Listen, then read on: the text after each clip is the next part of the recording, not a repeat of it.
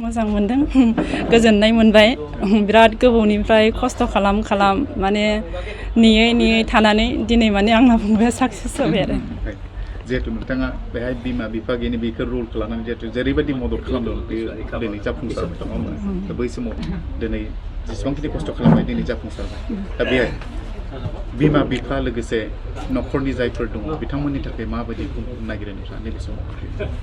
गोबाङा बिदा थायो बिब' थायो माबा थायो खिन्थु बेबायदि नोंथाङा जेरैबायदि मदद खालामदों खिन्थु बेबायदिखौ जों नुनो मोना बिथांमोननि थाखाय मा होनो गिदिरथारथ' मदद होआखै ओमफ्राय बेनो आरोना फरायनांगौ टाइमाव फरायहोदों मा होनो स्कुल थांनांगौ समाव थांहोबाय अबे समाव फरायनांगौ अबे समाव फरायनाङा मा साबजेक्टखौ बोरै फरायो उन्दैनिफ्राय माने बेफोरखौ एसे गाइड खालामबोबाय आरोना आंबोथ' बारा रोंगौथि गैखाया नालाय मेट्रिकल'सो पास ओमफ्राय फरायनो मोनखादिया ओमफ्राय बिनिफ्रायनो माने आंनिफ्राय जेसेबां हायो बेखिनिखौ सहाय खालामबाय आरोना आं थाजासिमाव न'आवथ' नोंथांमोननि गैयैयाव बिथांमोना बिदा फंबाय सानैजोंनो खस्थ' खालामो दायो औ आं हाबा जाहैनानै बोसोरनै बारबाय आरो ओमफ्राय बिदिनो मा होनो 10-15 दिनसोआव खनसे फैनानै न' बांफोर साफा खालामफैयो औ थेंक इउ माने गोजोननाय मोनदों दिनैनि सानाव नोंथांनि थाखाय जारिमिन जोंनि थाखायबो जारिमिन दा बे समाव माबायदि मोनदों दिनै जोबोद मोजां फिल खालामदों मानो होनबा एग्जामा जोबोद गोरामोनबो आरो बे गोलाव प्रसेसजों बारखांनानै दिनै आल्टिमेटलि मोनसे पस्टआव सेलेक्ट जादों थ' बिराद मोजां मोनदों आं दा बेखौ मोननो थाखाय स्टाडिखौ माबायदि खालामदों स्टाडिखौ आं गाव लाइक पार्सनेलिनो खालामदोंमोन जेबो कचिं बेबायदि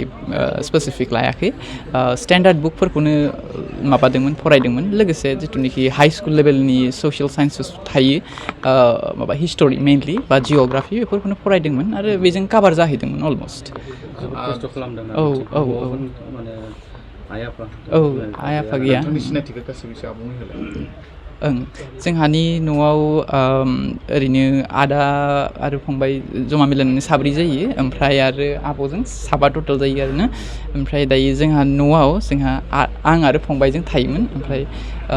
आब'आ 2 years ago हाबा जाखांबायमोन हरेन बर'मोन बाबानि नामा ओमफ्राय आइनि नामा उबारि बर'मोन नोंसोर गावनो संनानै जानानै औ गावनो संनानै जानांगौमोन खस्थ' खालामनानै गावनो रां खामायनानै ओं टिउसन खालामोमोन बेखौ बाखि नोंथांनि जिखिनि माने बिदा दङ थ' बिसोर बहा थायो बिथांमोना माबायाव थायोमोन सासेया शिलंआव थायो सासे क'क्राझाराव बिसोरबो जोबोद मटिभेसन होबाय आवगायलांनो दा बे APSCखौ आनजादखौ होनो थाखाय सोरनि थुलुंगा मोननानै बेखौ आं एक्सुवेलि क्रेडिट जुदि होयो अब्ला जेब्ला आं ग्रेजुवेसन खालामबाय थादोंमोन पलिटिकेल साइन्सआव अब्ला मोनसे ओरैनो टपिक मोनसे दंमोन बिउर'क्रेसि होननानै ओमफ्राय बेयावनो बिउर'क्रेट्सफोरनि रल बेखौ फरायनो मोन्दोंमोन ओमफ्राय जोबोद इन्टारेस्टेड जादोंमोन आरोना थ' बे लेखानिफ्रायनो आं सानगोनखि आंना बे जिथुनिखि बिगिनिं दङ बे स्टार्ट जादों बिजिङा मामोन नोंथांनि फरायनाया मिडियामा आंना इंलिश मिडियाममोन माबायाव ग्रेजुवेसनाव हाइ स्कुलाव एसामिसमोन बांसिनै बुङो दिनै जेनेबा